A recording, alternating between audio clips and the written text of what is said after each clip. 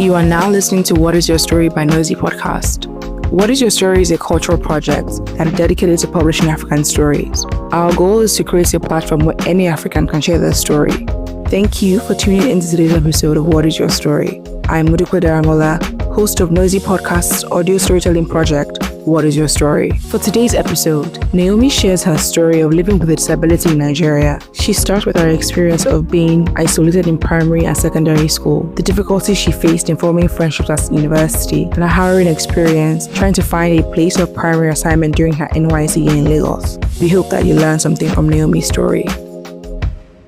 Hi, my name is Naomi. I am a mild special needs lady.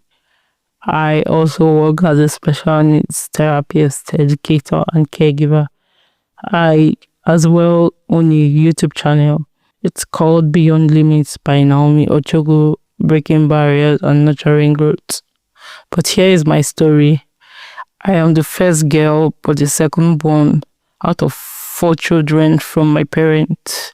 Growing up, I enjoyed my childhood. There was so much love at home.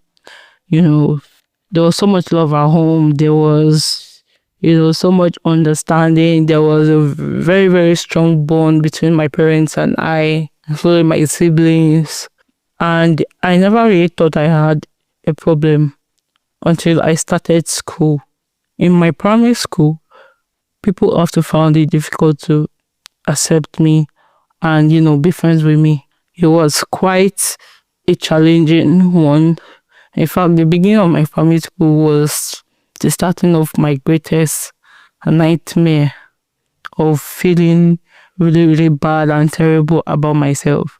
I can remember whereas there was one of my class teacher, he kept my seat at the extreme back of the class and, want the students not to associate with me.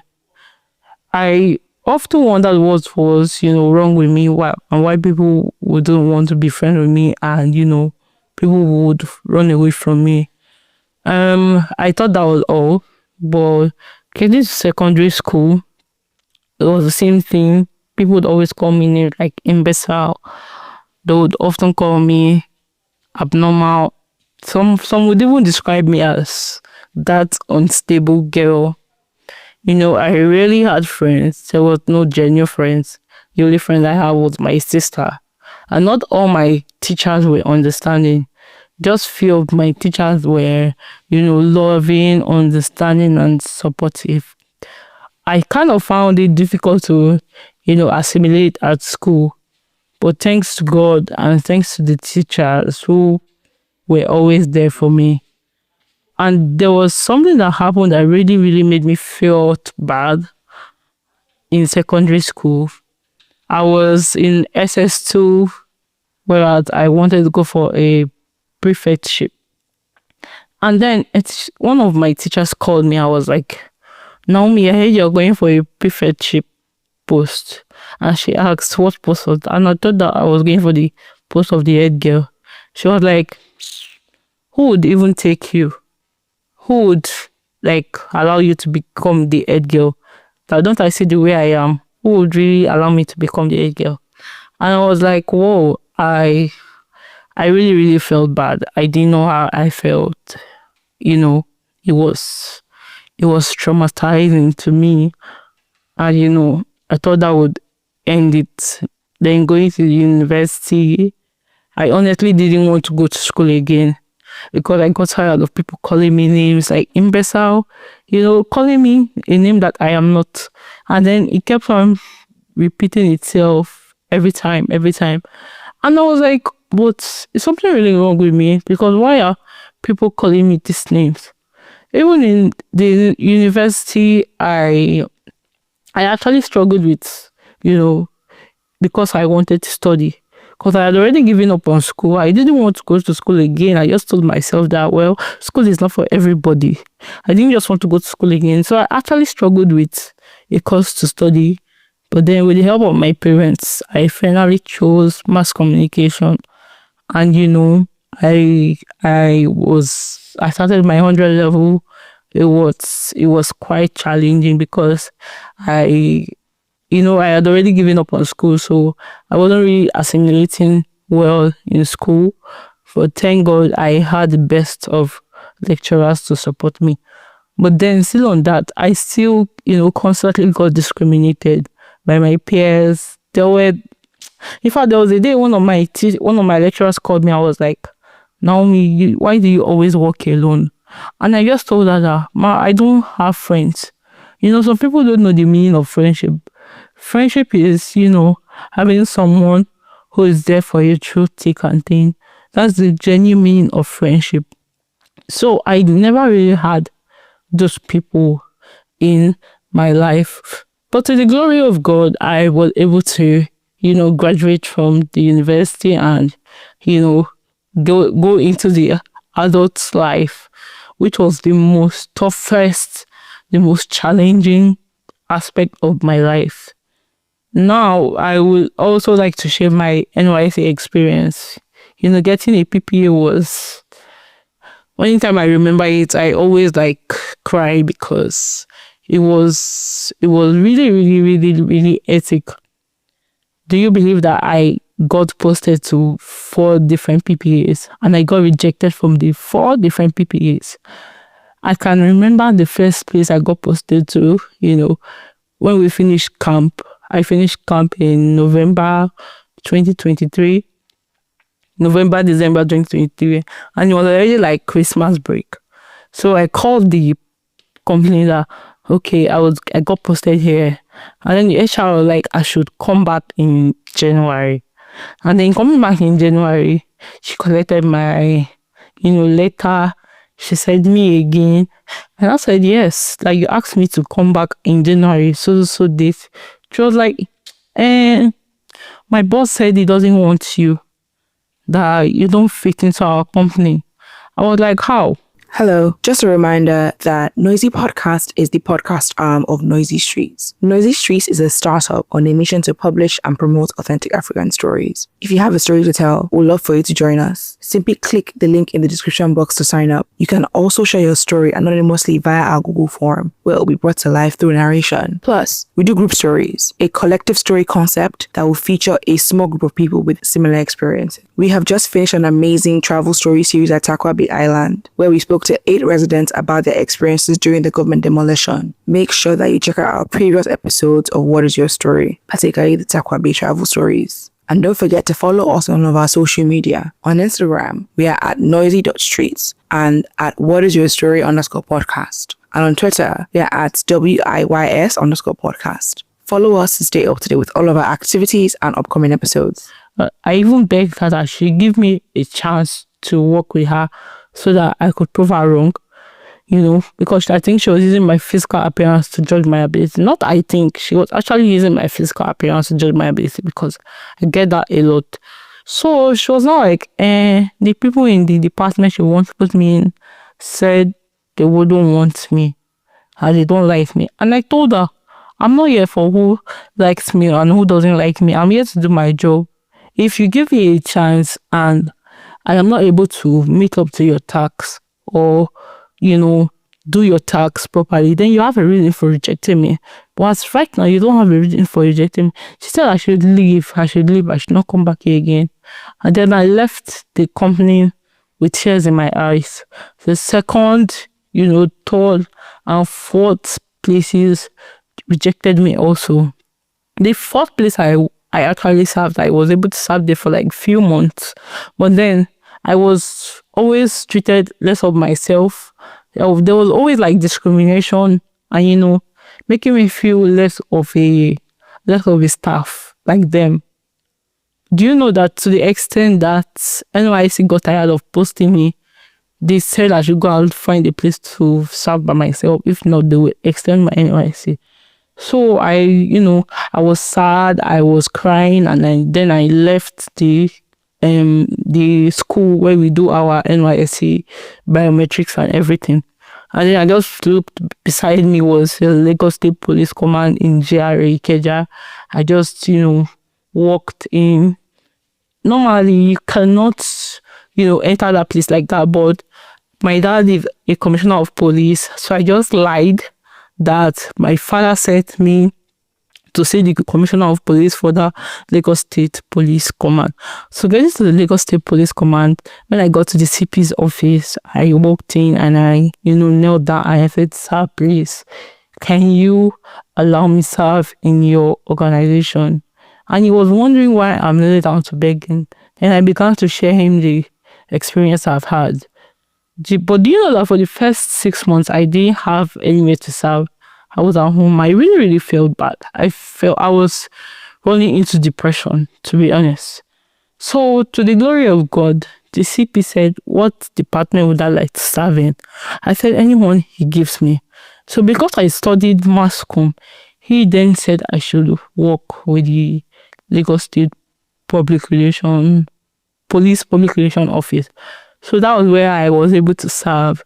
Although I wasn't paid, because police don't pay extra, because normally their salary is not, but I enjoyed my every stay in that office. There was so much love, there was so much understanding, and I was never discriminated. They were always giving me a chance to do what the other staff were doing.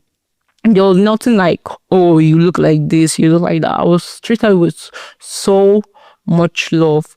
But then I wondered why I had to, go through that stress of going to beg, going to lie with my father's name and my father's, position, and, going to beg another man to the extent of kneeling down for him to let me serve. I even told one of the NYC officials that I feel like there should be a special primary place for primary assignment for people with special needs, because they don't have an idea of what I went through. So I told them that, they should make it a mandatory thing to provide a private special needs, a private, place for primary assignment for special needs people with disabilities. So after my NYSC, getting a job was another trouble for me. I wasn't working for some months because the interviews I go for, some people will be like, "Why are you not stable? Like, why is your neck shaking?" And I'll just be like, "Well, that's the way I am." Some will be like, they will get back to me, but they ended up not getting back to me.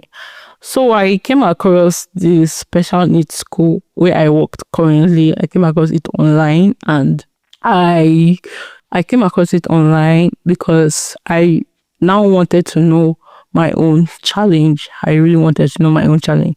So when I came across it online, I found the owner's contact, and I contacted her because she's a therapist, not just for special needs, but for people who are depressed, who are frustrated, who have given up on life.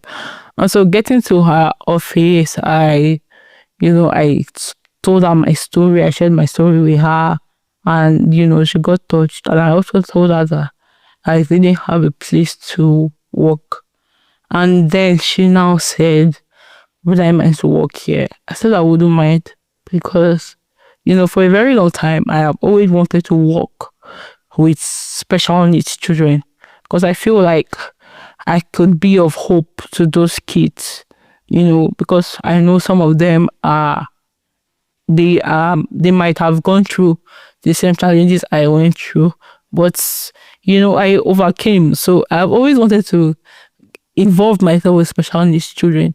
And so when I got the opportunity to work with the woman, Mrs. Akonde, in the owner of Patrick Speech and Languages Center, it was first challenging, because trust me, it's not easy working with those kids. They can be very hyper, they can be violent, and it was a whole lot. But I drew strength from my mom. My mom would always encourage me that I can do it, I shouldn't worry. I also drew strength from some mentors I have. I told them that this is where I want to work, and I just feel I couldn't do it. But then I was able to, start working there, and I think I am a year there now. And that is what actually inspired me to start up my YouTube channel. because I observed that some parents have actually given up on their children. Some, like when they bring their children to school, I actually see the way they treat their children. And then from things online, things I see online, I've actually like seen a lot on how people treat special needs people. So I, took it upon myself to, educate people more on special needs, because being a special needs person is not a course and it's not a spiritual thing. Some people, intend to, pin it on spiritual issues, but it's not a spiritual issue. It's just from birth, and it's not our fault. So we cannot come and kill ourselves actually. So my goal is to educate people more special needs and create more awareness, because in the country I feel like there are rarely communities and societies and awareness creation that talks on special needs. So I want to get to share my story with people, for people to know that being a special needs person doesn't mean you cannot live a normal life. You can actually live a normal life if only you get the right support and love. You can live a normal life, because I lived a normal life. My parents were always there for me. They provided everything I needed. I never lacked. I never, begged or nothing at all. It was just the normal society challenges. But then trust me, to the parents out there, if you give your child the right support and love, trust me, they would, they will do better than your imagination. Please don't get tired of your children with special needs, because they are the great leaders of tomorrow. You will be amazed. Look, I finished school. I finished primary school. I finished secondary school. And I finished my university. And I was able to serve. It was quite challenging, but I was able to, overcome everything.